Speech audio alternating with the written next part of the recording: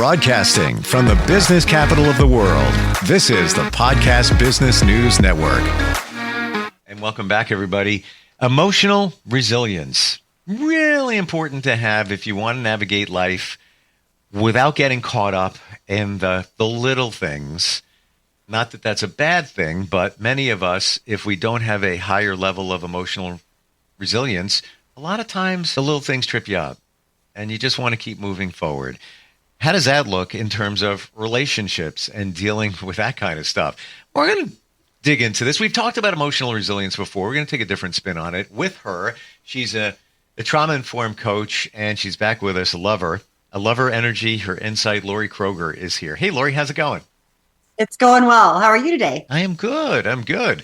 So before we go anywhere, we're in the car right now, before we turn the key on or press the button, and move it forward, let's talk about emotional resilience and what exactly it is. Emotional resilience is that ability to feel your emotions, to allow them to work out the pieces that they need to, and still be able to move forward. That ability to bounce back, even when challenging times come forward.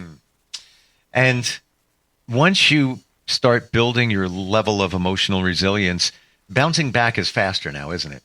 Absolutely. It really is. Is there a point where you don't need any more? I never even thought about that. Or it's always, like air. You always need to continue building on it. Self-awareness is a strength in itself, but it's continual. There's always something new to learn about you.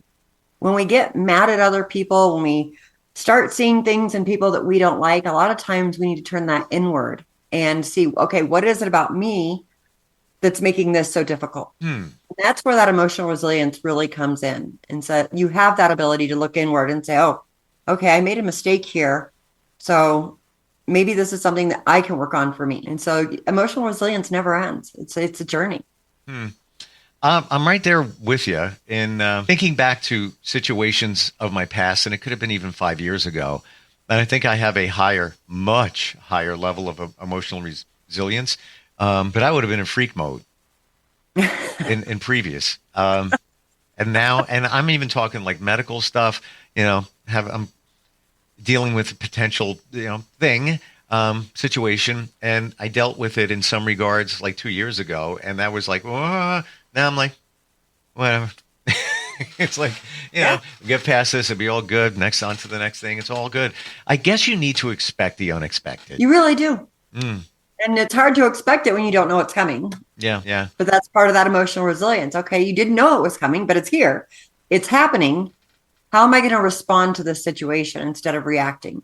A lot of times when we are in that fight or flight mode or, fawn or freeze, we don't think about different ways that we can react, or respond. And it's just instantaneous. The more we go through it, the more that 2-second split difference in self-awareness can change the outcome. And doesn't mean that we're going to be perfect all the time. I fail consistently, but it is taking that opportunity to really learn and understand, okay, what did I do here that I could have done differently? And if this situation arises again, how do I want to handle it versus how I handled it? I don't think I've ever asked you this, but I'm really curious. So in the group that I'm with, a men's group, I've shared that before. Yep. We're told, and it's suggested, and this was part of a retreat, that you have to minimize your emotion. Take your emotion out of it. Take time to react. Now, men get a bad rap because many say they're not emotional. They don't feel any emotion. So it's counterintuitive in some regards, but in any situation, should you try to remove the emotion and just deal with the rest of it? I'm really curious. As long as you give yourself an opportunity to feel those emotions. I knew you were going to say that. There are times where that emotional intelligence takes over. It's like, we are in a crisis situation, or there's something going on that needs attention right now. I don't have time to be emotional. I need to take care of this. And so we respond accordingly. However, with that emotional resilience, we respond with more clarity. We're not just bursting out in anger. We're not flying off the rails. It's not, we're able to say, okay, you know what? I'm going to handle this emotionally later, but right now I've got business to take care of. And that is perfectly okay. It's not about feeling it right now, but it's also about not letting it build up. Gotcha. Yeah, I completely agree. And I should have clarified it when I said leave the emotion out of it. It's with other people. Sometimes. With other people. Yeah. Sometimes. But you got to feel it. You can't There are times that we don't want to express our emotions in front of other people, especially if we don't trust them with our emotions. Mm-hmm. And trust is very, very huge when you're expressing that vulnerability. And having that person that you can trust there is helpful. It's like shame, bringing it into the light, having the ability to talk to somebody about it that you trust. That's not going to pull you down when you're already sitting at rock bottom. So what are some ways, and there's lots to talk about here when it comes to this, what are some ways to purge the emotion? I've been and I can't believe I'm almost embarrassed to say that I've waited this long to do this, but I didn't realize how important it would be. Keeping a journal, $150 if you want to spend on a notebook, and write down your feelings and what you're thinking. And in a recent situation, it gave me more clarity to make the decision of something. I did the pros and the cons and the feelings that went along with it. And I find myself even writing less every day in general, because I feel like I've already got enough out. Like I want to write more, but I'm like, I don't need to. Like it's because it's become so efficient. I don't know if that makes sense. In fact, it's really funny because I was looking into, what it is that holds people back from journaling consistently. I am not a consistent journaler. Same. I will be perfectly honest. I love journaling. I think it is one of the best things in the world. I struggle with the perfection. Like, I feel like it should be a page long. It should be, and I've gotten past a lot of that to where it can be just a sentence. And when I need to release emotion, I will just start scribbling so that the tears will start to fall. Or I'll press down really hard with my pen to let that anger and that frustration out. Or I'll take a crayon and I'll just scribble. And it just helps to release that energy. I'm with you. Because in the beginning, I was more particular about my penmanship. I'm the only one reading it, but, now it's like I'm laying in bed like, I think I know what that word is. And the only reason I'm making the words clearer, because, all you need to do is let it out in case I want to read it back in, years forward. I know what I was saying. And I'll just take a whole page. And like I said, I'll take a crayon and just scribble, just get out that energy. And then I can write a sentence or two. Never thought of that. Okay. Wow. Pretty awesome. So when you're in a situation, when you're in the thick of it and, you need to use your emotional resilience, how do you in that situation? Let's say you're having an argument with somebody. You got something going on. Things are changing around you, whatever it is. What do you do? Ask questions and find out, get curious, really understand what it is that's driving. What is that driving force? We can talk very broad in very general strokes that, when you're not sure exactly what it is, when you get curious, you can ask, okay, what is the real problem that we're running into here? What is the challenge here for you? And when you're asking yourself that, okay, Laurie, what is the challenge here for you? What is the struggle? What do I need to be aware of? And you can just start asking questions. So you start building some of that resilience. I'm not sure I answered your question. Try that again. Well, no, I love the fact of asking questions, but now I'm wondering, when you're having a situation with somebody, should you also ask questions then? Sometimes. Absolutely. Yeah. I think we forget to. And sometimes we do forget. In fact, I just had that argument with somebody that I'm really, really close to. And the more I asked questions, the more pissed she got. Wow. There's a little bit of a gap in the emotional resilience. And so I wasn't expressing a lot of emotions, but she was seeking an apology, seeking some things that I was not prepared to give because I didn't know what was wrong. And the perspective between what she saw and what I saw were completely different. And so, and here, we're going to dig into one of my weaknesses here. One of my greatest weaknesses is when somebody is into another relationship or I don't feel needed anymore, I move people out of my inner circle to arm's length. And sometimes that creates a gap that wasn't intended. And you end up hurting people that you didn't mean to hurt. So we came across a few hidden expectations where she said she needed me and I wasn't there, but she never spoke up. She never told me she needed me. She never asked for help. And that's where I realized that I had pushed her to arm's length because I didn't feel needed anymore. And when I did that, it hurt her. It unintentionally hurt her. And you not feeling needed anymore probably comes from your childhood. It does. It comes down to that, not being enough, not being wanted. So, there was a piece where I was absolutely responsible. And through this fight and through this argument, it may take time. It's probably going to take a lot of time to repair this relationship. But I've realized that unintentionally, I let my own traumas, my own issues determine how I responded to somebody. In this case, I reacted by pulling away. Mm-hmm. The best part of all of this is it. And that's where the self-awareness and emotional resilience comes in, is sitting back and saying, okay, what could I have done differently? I can't change the past. I can't change her perception or how she feels about what happened. All I can do is take a look at me and say, okay, what can I do to strengthen my relationships and stop pushing people to an arm's length? But you bring a really amazing point up here for the rest of us and your story. What is your weakness? I have to think about that. And believe me, I've got many, but in this regard, I'm trying to think of what it would be. I've started dealing in the facts. So maybe I don't think I've removed the emotions, but in major situations, I pile it on the facts now. The facts speak for them. This happened. You can't deny it.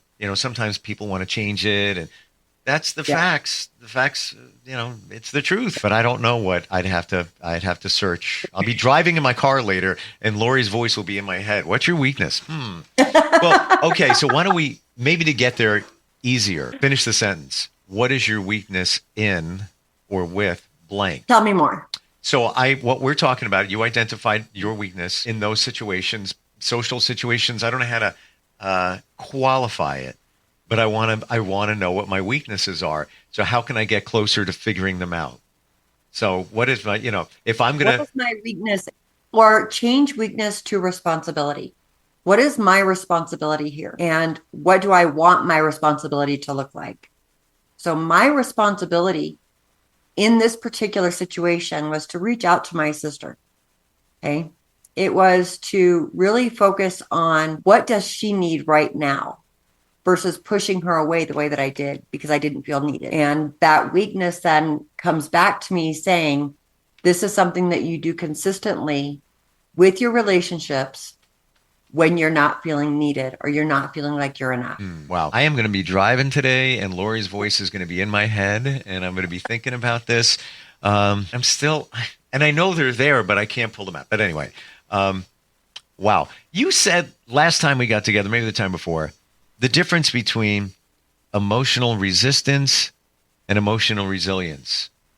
And that kind of popped up in my head. What is the difference again? So the difference is that the emotional resistance is pushing things aside, not allowing yourself to actually feel any emotions. You're bottling it up, or you're just going down facts and never allowing yourself to look at what did the circumstance, this is a fact, this happened. How did this make me feel? How did I react or how did I respond? That's where emotional resilience comes in.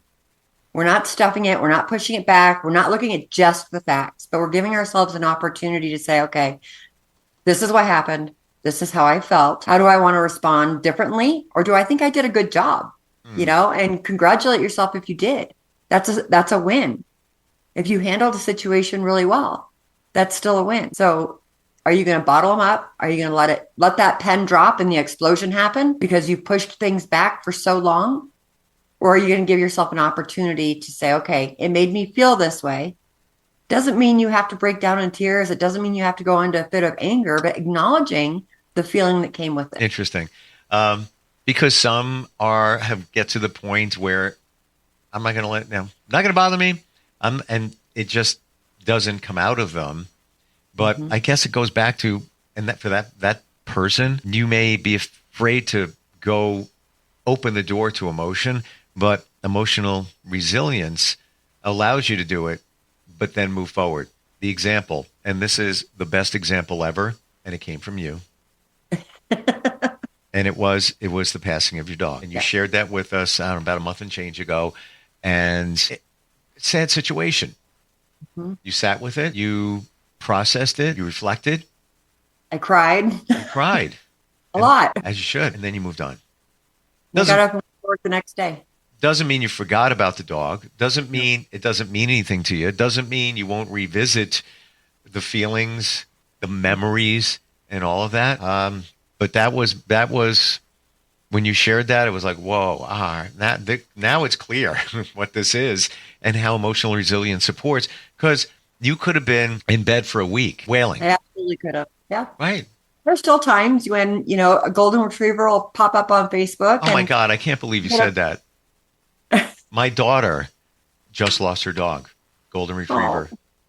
And he had a seizure at home, took him to the vet, rushed him to the vet, had 2 more passed. No sign, no nothing, 7.5 years old. I can't believe you said golden retriever. It's almost like freaky. She was the love of my life. And, like I said, it'll pop up on Facebook. I'll see them here and there. And there's still that pang of I miss her, but it doesn't knock me down. I know that I gave her the best life that I possibly could. And I can't bring her back to life. I can't change the situation. But what I can do is continue moving forward. And perhaps when the time is right, I will get another one and love them just as much. Absolutely. I did that with my cat. We talked about this before we got on here. Mm-hmm. And this was a cat that I had to put down 5 years ago. And it was a rescue. He was in a cage for a year. He was wonderful, mushy, sweet. I get another cat, orange tabby. I swear it's the same cat. If you believe in reincarnation, you believe in the universe supporting you, we needed a cat. And there's healing that needed to get done outside of that. He's back. So you never know. Your dog, she may be coming back. I think so. Right.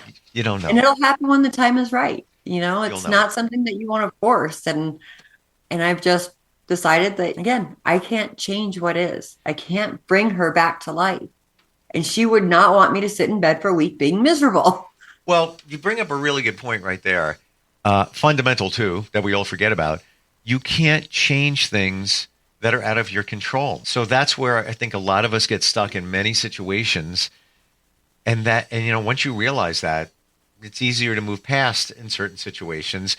I can't control this person. Look what they're doing or whatever. Got to move on. What are you going to do? But if you haven't worked on yourself and the emotional resilience and all of that, you get stuck in that cycle of, but maybe it'd be different if. No. Well, and that's where anxiety comes in. That's where depression comes in. Yeah. Yeah. You're trying to change things or control things that you can't. For sure. Cannot control the future. I'm sorry. I know we all would love to have a crystal ball and know that everything in the future is going to be 100% okay, but that's not an option. We can't go back to the past and change the past. No. What can we do? We can live for today. We can look at what can I do today, and we can be intentional about that. And learn from the past, but not marinate in the past. Exactly. Yeah. Wow. You're just amazing.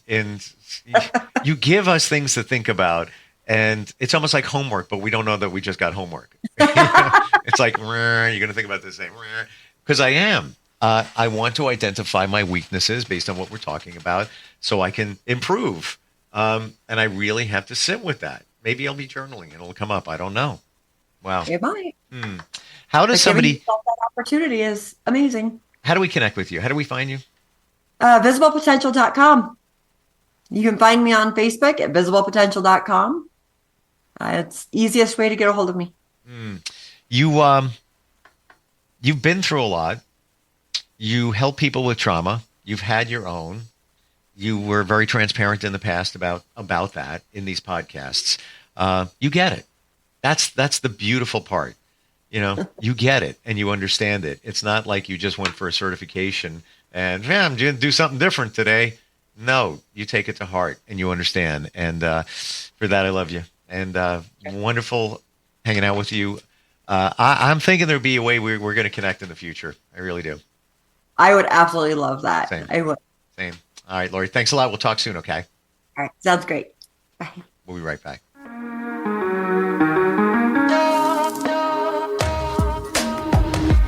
Broadcasting from the business capital of the world, this is the Podcast Business News Network. Not completing high school is more of a social thing than it was an academic thing. I came out in the 11th grade. Nobody was embracing you. The kids were cruel. It was very difficult to be gay. Even though all these years have passed, I still had that longing to have my diploma. The hard part was determining that I was going to do it, but I definitely didn't do it alone. At age 30, with the help of her mentor, Carissa finished her high school diploma. I have a mentor, Maria. She convinced me to continue my education And to finish what I started to get my diploma. just never judges. She's a true role model. If you're even considering getting your high school diploma, go get it. You can do it. No one gets a diploma alone. If you're thinking of finishing your high school diploma, you have help. Find free adult education classes near you at finishyourdiploma.org. That's finishyourdiploma.org. Brought to you by the Dollar General Literacy Foundation and the Ad Council.